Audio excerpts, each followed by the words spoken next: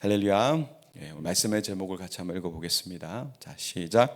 세상의 견적서, 하나님의 보증서. 오늘 이제 말씀의 결론은 그렇습니다. 내가 견적서를 집어들 거냐, 보증서를 집어들 거냐, 이 두 가지 중에 하나를 선택하라, 이렇게 될 것 같은데요. 또 말씀에 또 은혜가 있으시길 바랍니다. 자, 우리가 이제 4월 한 달 동안 또 이제 우리 저녁 예배 때 주제가 있잖아요. 우리 신앙의 가장 밑바탕이 되는 질문 하나를 붙들고 이 한 달을 또 보내려고 하는데, 이번 달 주제가 정체성, 나는 누구인가라는 주제를 가지고 함께 한 달 동안 말씀을 나누려고 합니다.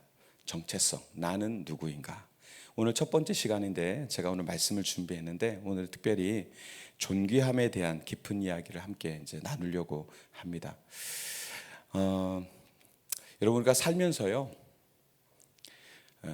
나에게 가장 예의를 지키지 않는, 그리고 나를 가장 함부로 대하는 사람이 여러분 누구라고 생각하세요? 너무 대답을 쉽게 그렇게 해버리면 제가 참 어떻게 할 수가 없네요. 뭐 직장 상사요, 남편이요, 그 남의 편, 뭐 이런 자식이요. 자식들이 와서 막 함부로 이제 얘기하잖아요. 저도 여기 오면, 교회 오면 어른들이 다 저를 어려워하는데, 집에 가면 저를 굉장히 만만하게 보는 애가 하나 있어요. 동네 아저씨보다 못하게 저를 보는 것 같아요. 그런 녀석이 하나 있습니다. 그런데 가장 나에게 예의를 지키지 않고 저를 함부로 대하는 사람은 그 타인이 아니더라고요. 가족도 아니고 바로 나 자신인 것을 발견할 때가 있습니다. 한국 사람들 참 이상한데, 집에 손님이 오면, 예전엔 그랬던 것 같아요. 손님이 오면 잔에다가 이제 커피를 내주거나 차를 내주잖아요. 컵을 어디서 꺼내냐면 저 위에 감춰뒀던 데서 이렇게 끄집어냅니다. 예쁜 잔을 꺼내서 대접을 합니다. 근데 정작 내가 물 마실 때는 어떻습니까? 어디서 기념품으로 받은 이빨 빠진 머그잔에다가 그냥 벌컥벌컥 마시고 그렇죠. 어디 그뿐이겠습니까? 친한 친구가 실수하면은 어떻게 합니까? 야, 괜찮아, 그럴 수도 있지. 그리고 막 이렇게 내가 밥 사줄게, 밥이나 먹자, 이렇게 위로해 주거든요. 근데 내가 막 실수했어요. 내가 잘못하면 스스로에게는 어떻게 합니까? 이 화상아, 네가 뭐 그렇지. 그래서 막 스스로를 엄청 괴롭혀요. 이런 것들이 있더라고요. 세상에 나 자신만큼 나를 가혹하게 대하는 사람이 있는가, 이런 생각을 하게 되더라고요. 근데 왜 우리는 그렇게 스스로를 그렇게 초라하게 여길까? 근데 이게요, 심리학적으로 밝혀진 게 있습니다. 심리학자 찰스 쿨리라는 사람이 있는데요, 이 사람이 얘기한 개념이 하나 있어요. 그게 뭐냐면 거울자라는 겁니다. 자막을 하나, 일부러 사진까지 드린 것 같은데, 방송실 없어요? 사람이 있어요? 아, 네. 사회학자 찰스 쿨리라는 사람이 거울자 이론이라는 것을 얘기했었습니다.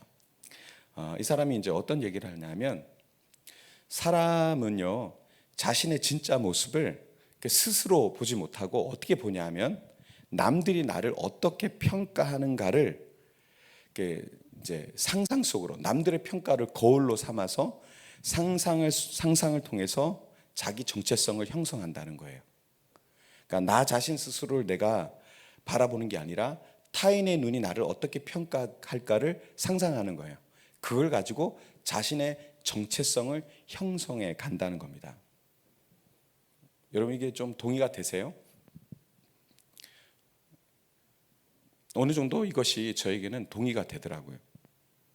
근데 문제는 뭐냐면, 우리가 쳐다보고 있는 저 세상, 나를 평가한다라고 상상하는 저 세상이라는 것이, 그 세상이란 거울이 너무 사실은 냉정하다는 거예요. 냉정해요. 그 거울은 대체로 어떠냐면, 그 세상이 나를 어떻게 평가하는지를 상상할 때 보통 두 가지로 나누죠. 너는 뭘 했냐, 너는 뭘 성취했느냐, doing 하나랑, 그 다음에 너는 무엇을 가졌느냐, having. 너는 뭘 했고 뭘 가졌느냐, 네가 사회적 포지션을 가졌느냐, 이런 것들을 가지고 그 사람의 가치를 매긴다는 거예요. 우리가 바라보는 사회의, 세상의 거울이 그렇다는 겁니다. 그러면 얼마나 가졌고 어떤 것을 성취하는가를 보는 그 거울을 가지고 나를 볼 때마다 나는 어떨까요? 나는 좀 애매한 거예요. 내가 가진 것도 별로 없는 것 같고 또 내가 성취한 것도 별로 없는 것 같고 그러다 보면 나는 되게 생각 없이 사는 것 같고 나는 세상의 기준에 따르면 너무 좀 수준도 낮고 형편없는 것 같고 그러니까 늘 내가 성적표도 낮고 연봉도 낮고 그러니까 나의 어떤 프라이스, 나의 가격을 먹이자면 얼마 정도 될까요? 굉장히 낮게 형성이 되는 거예요. 나의 가치가 이렇게 높게 형성되기보다는 세상이란 거울을 보면 나의 가치가 너무 떨어지는 거예요. 근데 대부분의 많은 사람들이 자기 자신을 그냥 바라보지 못하고 세상이란 거울을 보면서 자기의 프라이스, 가격을 자신의 가치를 매기기 시작한다는 거죠. 어떤 사람이 이렇게 얘기하더라고요. 요즘 사람들은 자존심이 떨어진 게 아니라 그 자존심을 지킬 스펙이 부족하다고 느끼면서 산다. 이렇게 얘기하더라고요.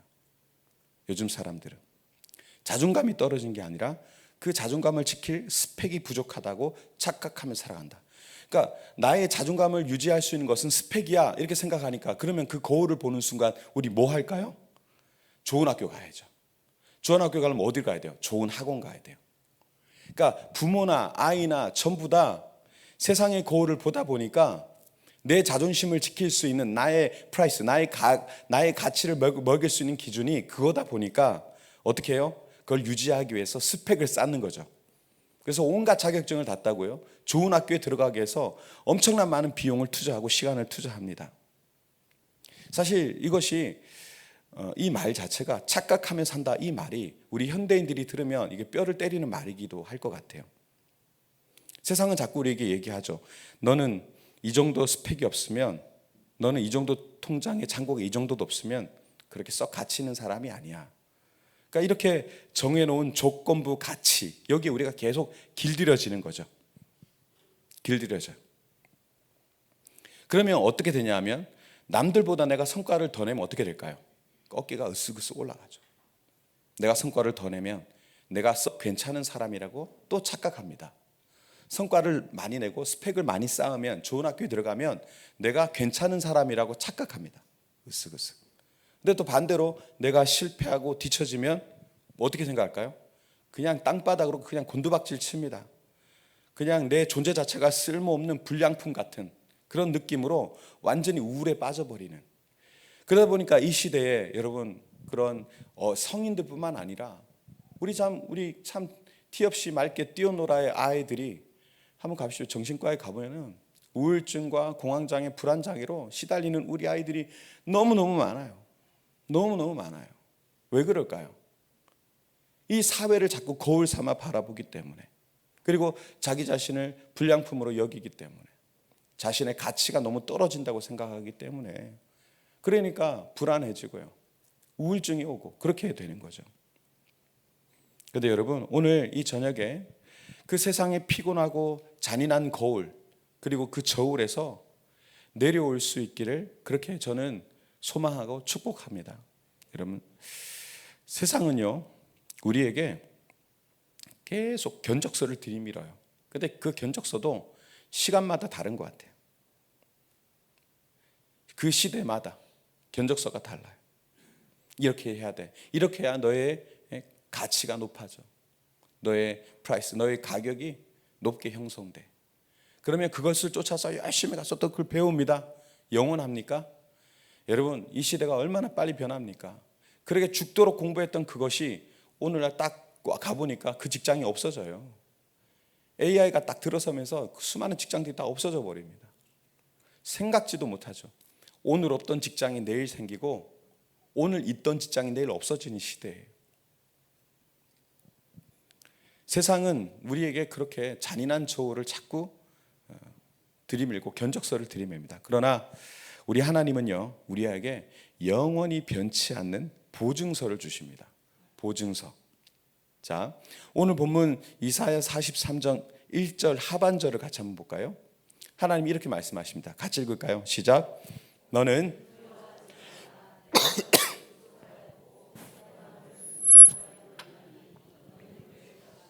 아멘. 이 말씀 되게 익숙하시죠?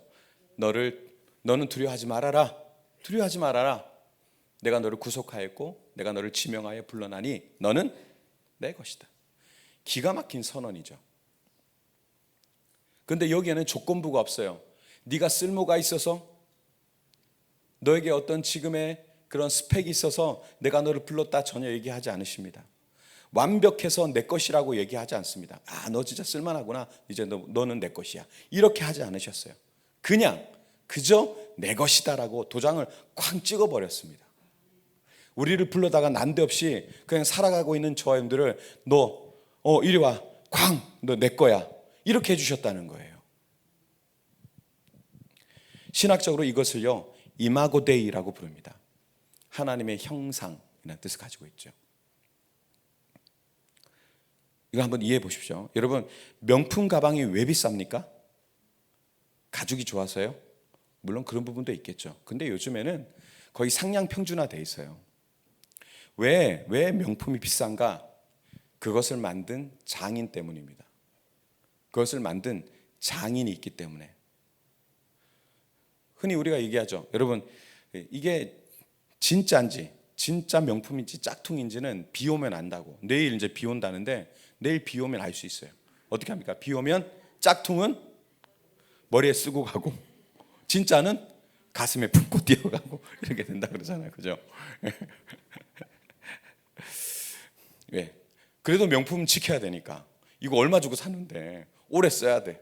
꽉 가슴에 품고 잠바로 싸고 뭐 이렇게 가죠. 짝퉁은 어떻습니까? 분명히 이 똥인데, 루비인데 그걸 막 뒤집어 쓰고 우산처럼 쓰고 가는 거예요. 옆에 보는 사람들이 야, 저 사람 진짜 가진 사람이네, 루비똥을 그냥 우산처럼 쓰고 가는, 이러지 않죠. 저 분명히 짝퉁이야, 이렇게 아는 거잖아요. 여러분은 누가 지으셨습니까? 이게 좀 유치한 질문인가요? 누가 지으셨습니까? 온 우주를 창조하신 그분의 생기, 숨결을 불어넣어서 만든, 직접 빚으신, 하나님께서 직접 빚으셨죠. 하나님이 지으셨습니다.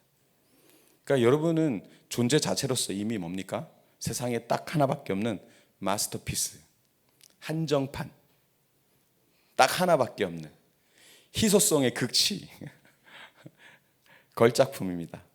예. 여러분, 명품은요 비 좀 맞는다고 짝퉁되지 않습니다. 그렇죠? 예. 5만 원짜리 지폐를요 막 구겼어요. 땅바닥에 버려서 밟았어요. 그러면 그게 5천 원짜리가 됩니까? 그럴 수 없는 거죠. 우리가 세상에서 조금 실패할 수 있죠. 상처받을 수도 있고. 근데 하나님께서 부여하신 그 가치가 폭락하진 않는단 말입니다.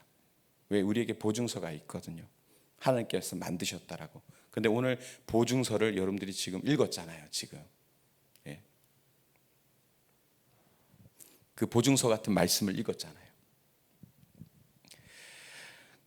여기서 우리가 또 좀 더 가슴이 벅찬 것은 4절 말씀인데요. 4절 같이 읽어볼까요? 자, 시작.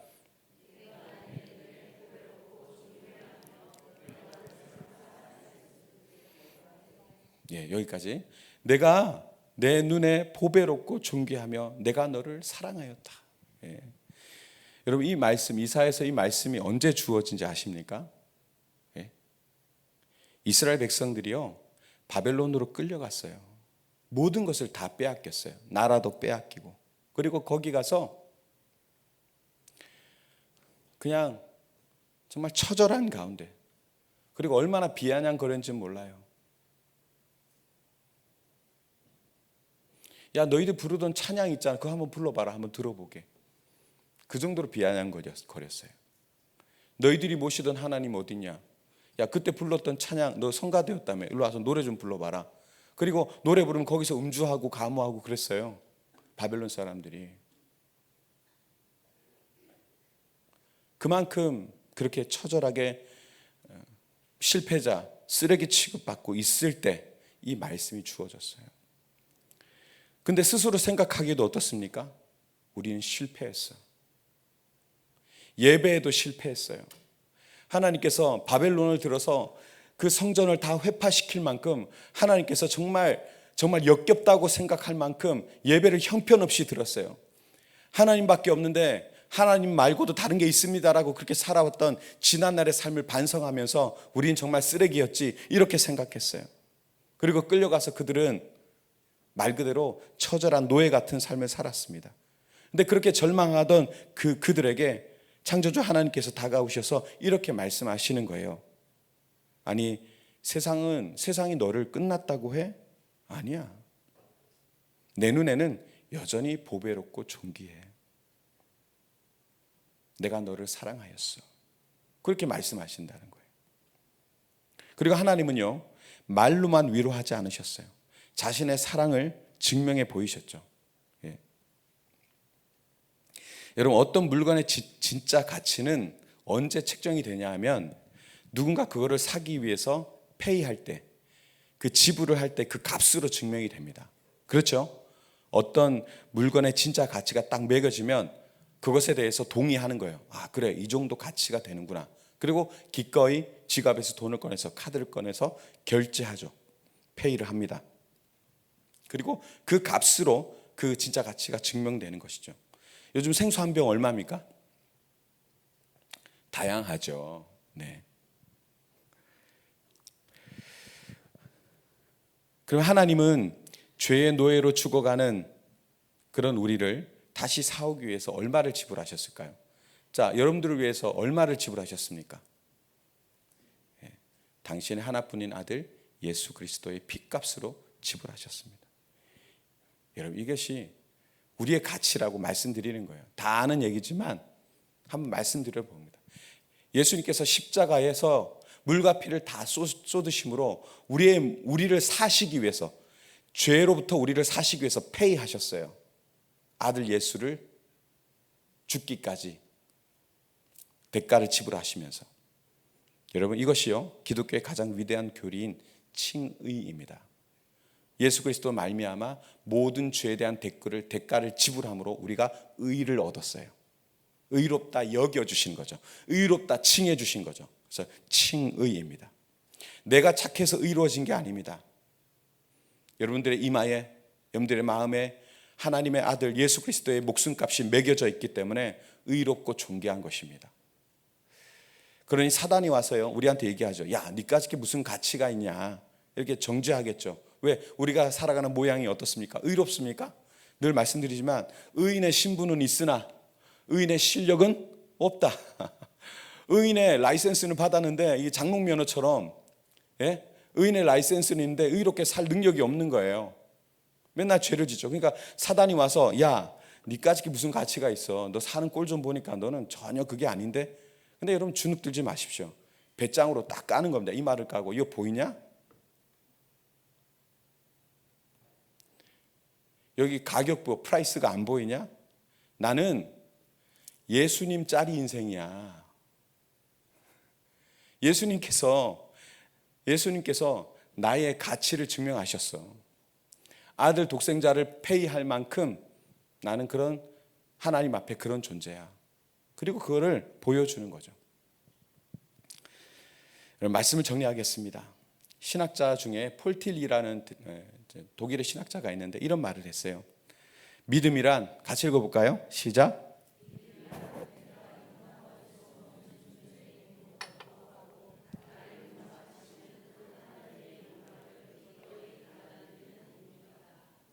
아멘이신가요? 예, 여러분 용기를 얻으시기 바랍니다. 여러분, 오늘 밤 우리가 예배를 마치고 돌아가서 거울을 보실 거잖아요. 씻으면서 스스로를 향해 있던 정죄의 칼날을 다 내려놓으셨으면 좋겠습니다. 세상이라는 그 거울에 거기서 자꾸 견적서를 내밀었던 그 견적서를요, 그냥 다 찢어버려야 돼요. 나 스스로를 보면 그거에, 세상에 그 거울에 길들여진 나 자신이 나를 얼마나 가치 평가를 절하하는지를 우리는 잘 알지 않습니까? 남들보다 부족해 보이고 또 능력 없어 보이고, 그리고 뭐 외모를 봐도 그렇게 뛰어나지 않은 것 같고. 근데 스스로를 이빨 빠진 그 사은품으로 받은 머그컵 대하듯이 그렇게 하지 않으셨으면 좋겠습니다.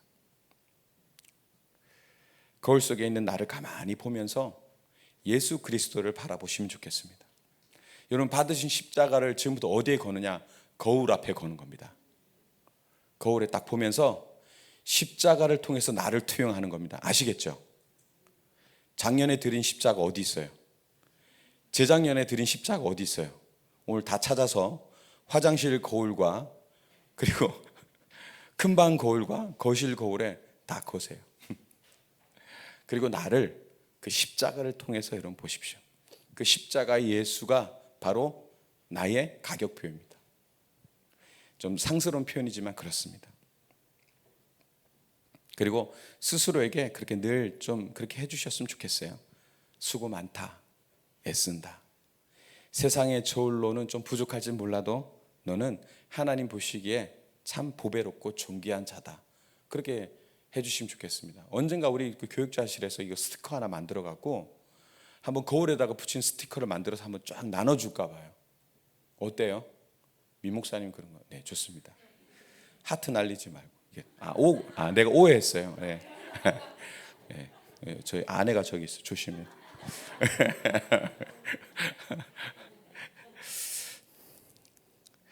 세상의 평가는 수시로 막 깨지는 걸 같은 거예요. 세상의 평가는. 그러나 하나님의 시선은 영원히 변하지 않는 창문인 줄로 믿습니다. 4월 한 달 여러분들이 가지고 있는 그런 꼬리표, 상처받은 꼬리표 다 떼버리고 십자가의 피로 사신 예수님짜리 명품 나 자신의 그 거룩한 그리고 영광스러운 정체성을 가지고 당당하게 승리하며 살아가시기를 축복합니다.